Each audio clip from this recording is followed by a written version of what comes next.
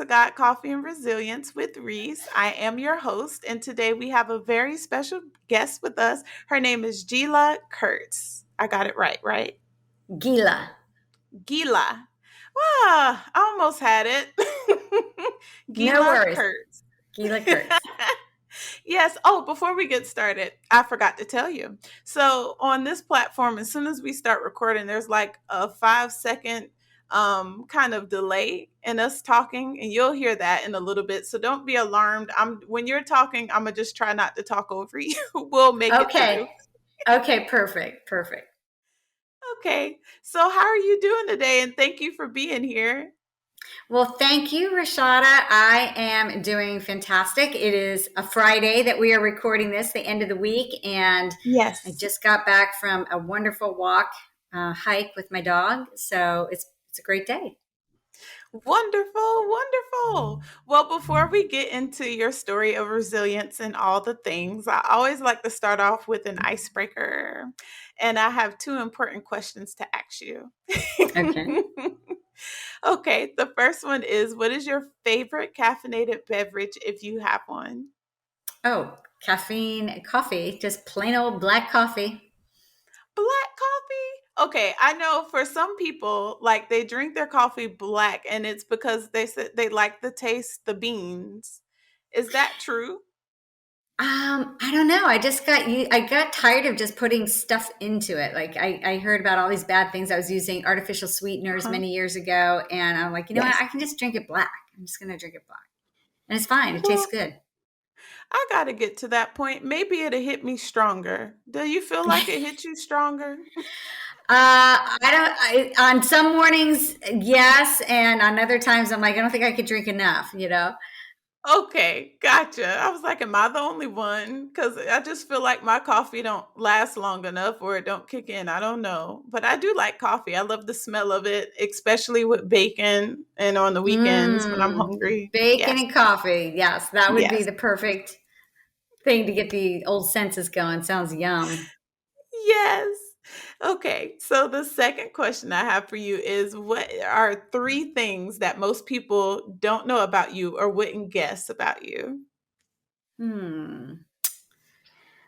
Most people do not know that I bought my husband at a Bid for Bachelor fundraising event for the March of Dimes. And we've been married 32 years since that fateful Oh, night. So there's that. Also, most people do not know that I won a women's bodybuilding contest. I won the state title in Virginia many, like oh, over 30 years ago already. So, a long time ago. And then probably what most people don't know is even though I'm very healthy and fit, there is not a cupcake or a chocolate chip cookie that is safe in my presence. we're best friends because I love sweets. I love chocolate. I definitely love Hershey's with almonds. I love Kit Kats, Almond Joys. I like them all. Oh, almond Um, joys. Yeah. I do, yes, and I have a thing for chocolate and the nuts in them. I just love them, and so M&Ms and peanuts, all of them, not safe in my presence either. So, so yay, we're friends. I love that. In Virginia, I just moved from Virginia maybe like 4 months ago. I was in Roanoke. Oh, okay. Well, Virginia Yes, Tech University, and that's where I went to yes. school. Mm-hmm. Wow. Yes, it's big. It's very big. The Hokies is everywhere in Walmart. It's everywhere in the shirts, Yes, yeah. the hats. So we've been through that whole ordeal. I stayed there for 2 years. So that's cool. Small Oh, wow. world. Yeah, it is small Yes. world. Right. All right, my love. So where are you now? We live in Southern California in a town called Okay. Seal Beach, named for all Okay. the seals that tend to grace the harbor. Beautiful area, and I love it. But I always tell everybody that as beautiful as it is, I'm basically paying for the weather because it's certainly expensive to live here. Yes, I could imagine. Is that close by La Jolla? It is about 90 minutes north of La Jolla, Uh-huh. 75 minutes, 90 minutes, depending on traffic. Okay, I went the one year that we went to visit my family in California because I had two uncles that, well, two of my grandfather's brothers had 22 kids apiece, and they all went to California, Holy and we cow. never went over there. Oh yeah, we never went over there to visit that side of the family, and when we did, we stopped by San Diego, and one of our cousins took us to Coronado and La Jolla, and I fell in love. And I always said if I get married, it will be at Balboa Park. It stole my Beautiful. heart. Beautiful. Yes. Yeah. Okay. And where did you grow up? I grew up in Virginia, Northern Virginia, outside of DC. Cool. Okay. World of difference. What made you move to California? Well, my husband is Navy, retired Navy now, but it was the Navy that brought us here to California. Okay. Cool beans. You have any children? Just one. She's 24 and a beautiful, independent young lady that I'm very proud of. I love it. I love it. So, how did like Dog is Good? How did that Mhm. come about? So, Dog is Good, which is a company for dog lovers. We're a lifestyle brand for the dog lover. Yes. Came about out of my work and love, my work with dogs and my love and passion for dogs. So, I'm a professional dog trainer. I still do that today.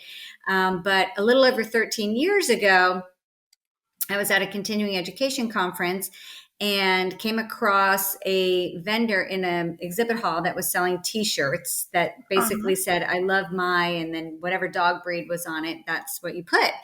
And I Yeah. remember returning home and saying to my husband, I do love my dog, but there's something bigger and deeper to that story. And I Mhm. would love to be able to wear something a little bit more poignant that expressed how I felt, but also that was cute and stylish and fun. And he turned to me and said, why don't you just create it? And so as we talked it through, literally within a couple hours, we're like, yeah, why don't we just do this? There's nothing out there in the Yeah. market. The pet industry is a growing industry, but there was nothing out there for the pet lover. And so at that fast, we came up with a name and started putting things into motion to start the business. Once we moved from the state of Washington down to California, where we are currently, we actually started creating products, took them to market here locally at events, got feedback from the customer, and then, fast forward the story, got into retail stores all over the country. We licensed the brand to other manufacturers who use them on their products. We have this amazing pop-up shop opportunity for dog lovers now, so they can use Mhm. our brand to build their businesses. And direct selling division. We have a lot of things, a lot of moving parts, but it's been really fun, Yeah. and it's been a learning process along the way. Yeah. So did you, okay, so what did you go to school for? Well, my degree from Virginia Tech is in education. I went to school my Okay. entire life. All I ever wanted to be was a high school teacher. And Yes. I knew that when I was age 7, I wanted to be a teacher. And I graduated with a degree in education with a focus on psychology and US history. And I taught high school in Maryland. That's where I then met my husband that I bought at a bid for bachelor auction. And given that he was military, he swept me off my feet, and then we started Yeah. to move every couple of years. And that's what really launched me into the world of entrepreneurship, because when we moved, I could not secure a teaching job in the social studies department. That was not the most popular department at school at that time. Schools were looking for math teachers and science teachers. And so when I couldn't get a job, I turned to things that I could do from home. And that was really the first step into the world of entrepreneurship through selling products from home. And then ultimately, one thing led to another. I ended up having a gourmet coffee vending business. And then from Yes. there, because I had a pup that I took with me on the routes, um, I then entered the world of dog training. And then Uh-huh. from there led to where we are now. So it's interesting to look Yeah. back and connect the dots on the journey. Uh-huh. And that's where we are. Did you ever think it would be this big? Um, No, not at the very early stages. To me, it was just something that we would create and have fun with. Yeah. And really, it wasn't until about 8 years ago that I really started to focus on what the vision could actually be. So in the beginning, it was all about building a business, but not Yeah. knowing what I didn't know in order to make that happen. And I Uh-huh. certainly did not do it by myself. You know, you have Right. my husband is my partner, but also a team of people that are part of the process that have made it what it is today. And but now, I did a lot of learning. Yeah. Sorry. Well, when you have okay, so 8 years ago is when I really started looking at what vision was all about. That it wasn't Yeah. just about building a business and doing the things to get product into commerce. It really became more about who we are, what our mission is, what how we want to live through our core values, and the impact that we want to make. And so, 8 years ago really is when we started focusing very heavily on vision and what it could be. And so now I think huge. I mean, my brain just keeps making it bigger and bigger and bigger because the mission is changing lives one dog at a time. And so the more Yes. lives that we can touch, the greater impact we can have Right. through each person we get to touch.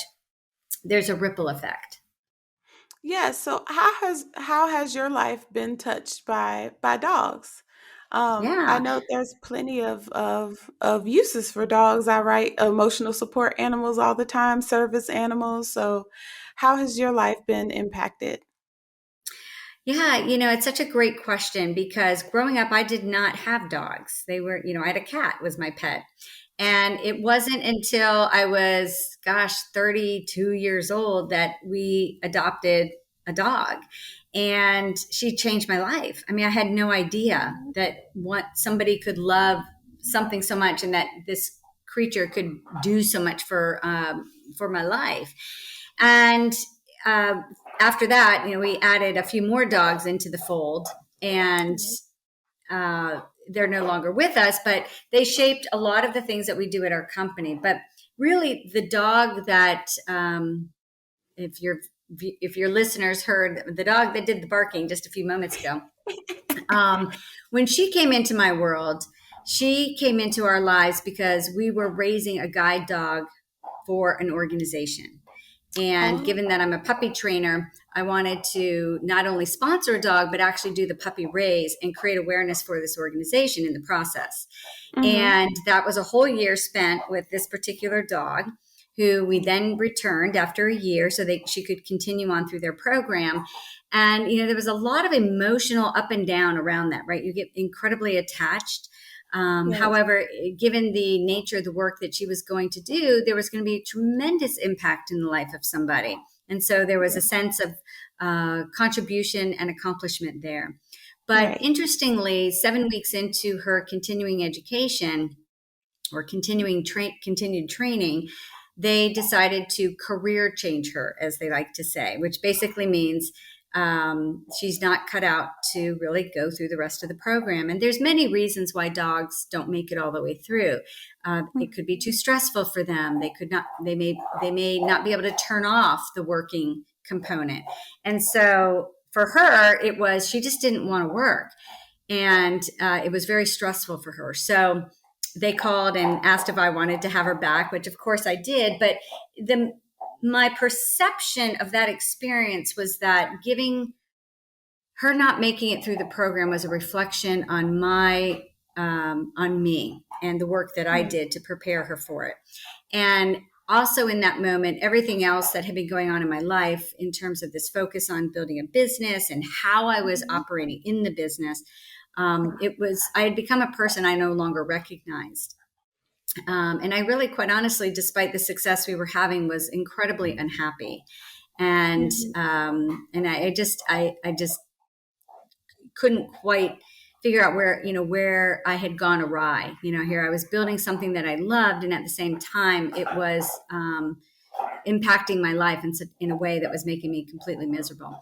So, long story short, when Bolo came back to my life, Mm-hmm. I was suffering from clinical depression.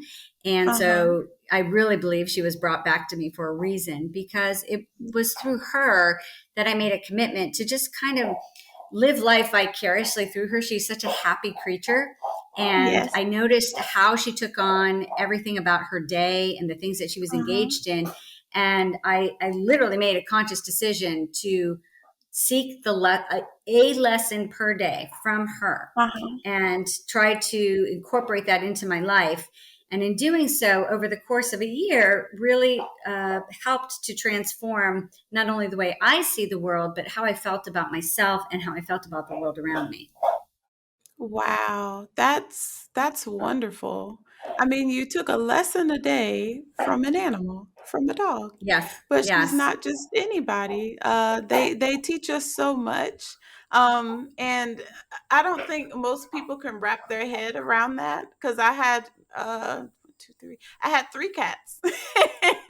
And so I get what you're saying. They have their Hmm. own personalities and their own way of doing things, but at the end of the day, there's such you have so much love for your animal. It's just no matter what they do, they know when you're sad, they know when you're happy, and they know when you're mad. And they're just added support, additional support, or the missing support that you wish you would have had. Yeah, they do have an uncanny way of picking up on Hmm. what's going on with you. And Yeah. there are some reasons for that. And as I've grown and learned a lot about animals in the recent years, there's something very interesting about the fact that they actually internalize what's going on with you. And so, Oh. yes, so, you know, one of there's a sentiment that there's a book called Happiness is a Hmm. Moral Obligation, and it's written by Dennis Prager, and there's so much truth to that, right? Because Uh-huh. if my animal, if my dog is or cat or any other kind of animal is taking on the lack of joy or the stress or sadness, it's impacting their life. Well, as is for anybody that lives with us, right, or anybody that we come into Right. contact with. And so I just feel strongly like I owe it to myself, I owe it to my family, my Right. employees, my friends, and my dog to feel good. And the only way, Yes. and to find ways to feel good.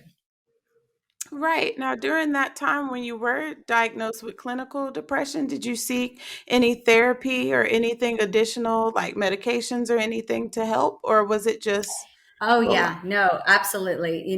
There's a little bit of a fine line between depression and then severe clinical depression. And so I absolutely wanted to seek out some therapy. I absolutely wanted to take care of myself in the best way that I Yeah. could. And so medication was helpful in combination with the connection I had with Bolo, and then the Right. therapy work that I got to do as well, which was I super love helpful. that name. Yeah. Yes. How long did you go to therapy, or how long would you say things took before you started to see an improvement? Well, I think with the medication, I started to feel a better, relatively quickly, like within 6 to 8 Okay. weeks. And then I went and sought some professional support, probably for that whole year. I wanted to have someone that I could talk to. I didn't feel like Right. the conversation was meant for friends or Right. business associates. And I think that that's something that a lot of people feel challenged to do, right? They Mm. either see it as a weakness or that there's something wrong with Yes. them, and Yes. and I just did not. I knew what my intention was and Hmm. what my vision was, and I knew that Right. I needed a bridge to be able to get there, and so I took action on that. I love that you acknowledge that stigma, which I am so on a mission to erase.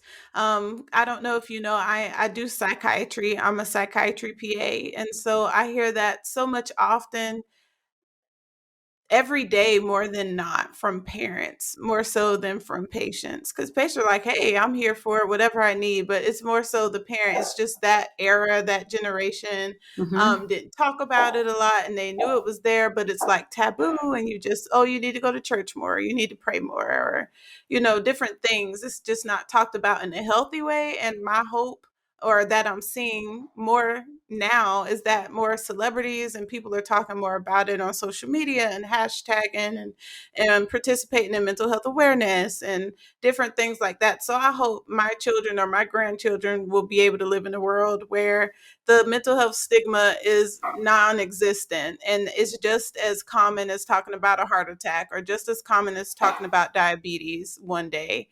But people just fail to realize if whatever you need to survive, if your mind isn't right, then your body, I mean, whatever your mind does, your body follows. So Mhm. if your mind isn't right, you can't be productive, you can't pay attention, you can't do all the things that you need to do. Why not take care of your mental health? Is it not important? I mean, if you had a broken bone, would that not be important?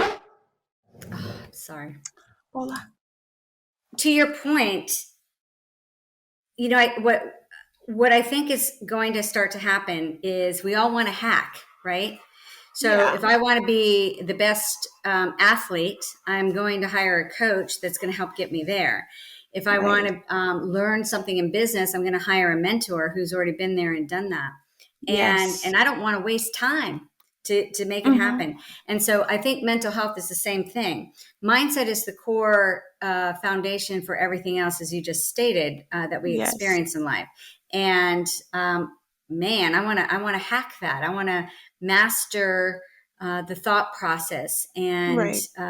understand that truly I have the power to choose a life that I want to live.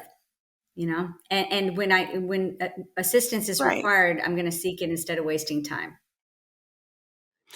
Yeah, and I wish more people had that attitude, but what I normally see is it gets so bad to the point where this is my last resort and I'm only here because now I know that I've tried and I've depleted all of my options, my other options like, food, exercise, and which can help your mental state, but if it's a chemical imbalance, I don't know how much more it's going to do. So, I mean, it's just that people just don't want to take medication every single day for their moods, but they'll take hypertension medication, diabetes medication every day. So I'm just like, it's just what you're willing to give, what you're willing to do to feel better.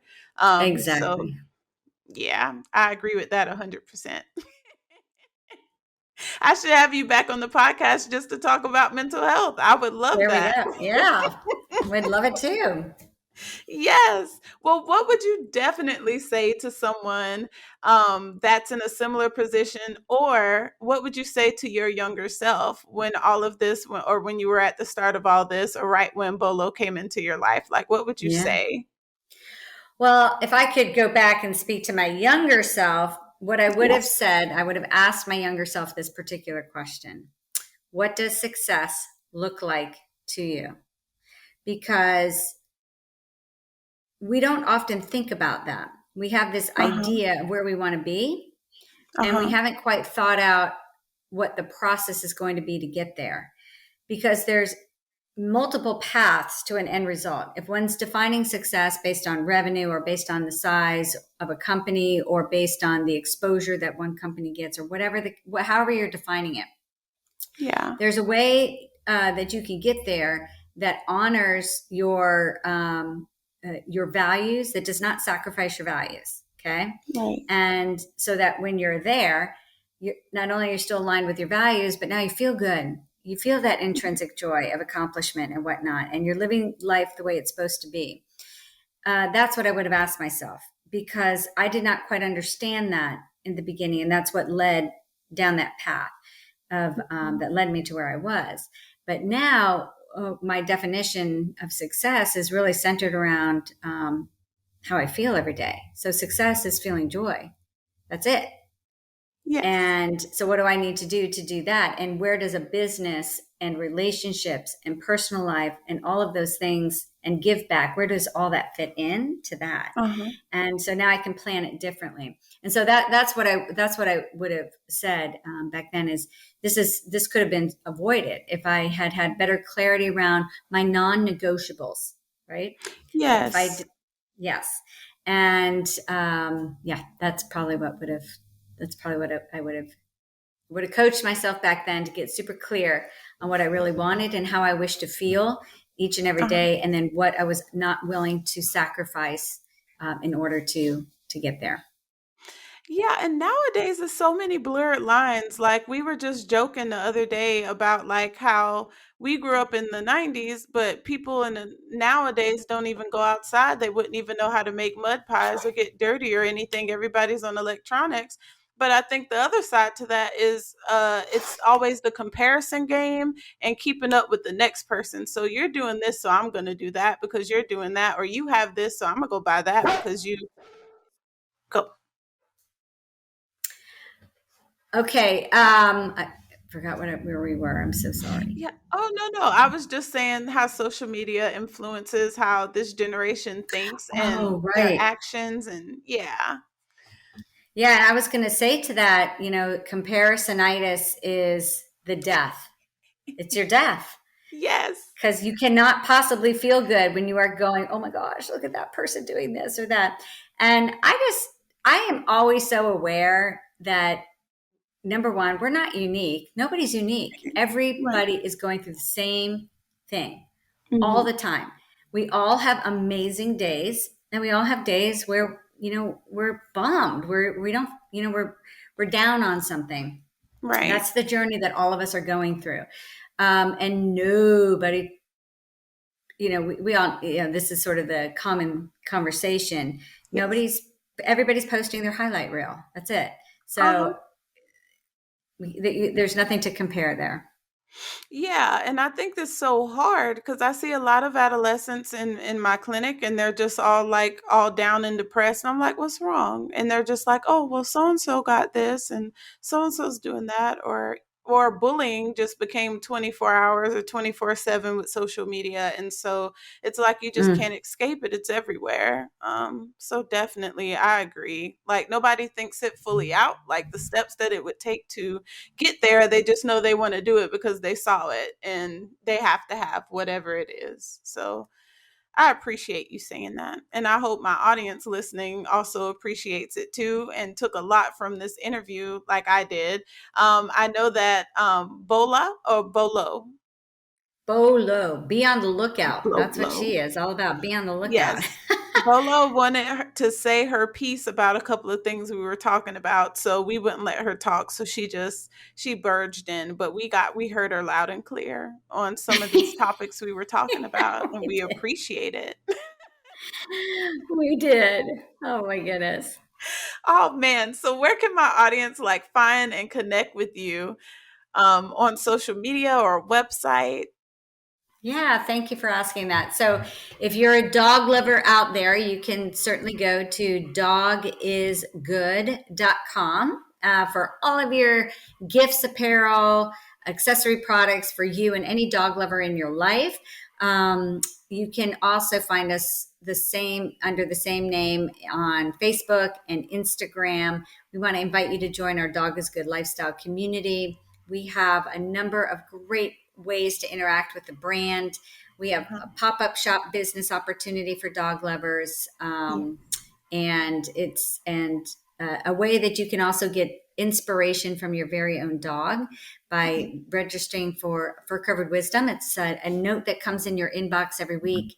And Oh. it's written from your dog in your dog's voice. And it's always something inspiring to set your week on a good path, a good intention. And people can also learn about our nonprofit, dogisgoodforgood.org. And you can go there and check that out. We do a lot of really good work in support of animal welfare. Yes, and definitely I'm glad that you said that because that clicked in my head. I just recently interviewed and had another guest on the show, Michael Overly, and he does similar to what you do. He doesn't have products and everything, but he's like a life purpose coach and he uses Hmm. dogs for men and mental health and Hmm. teaches them. Yeah, so I should connect you guys. Yeah, that would be awesome.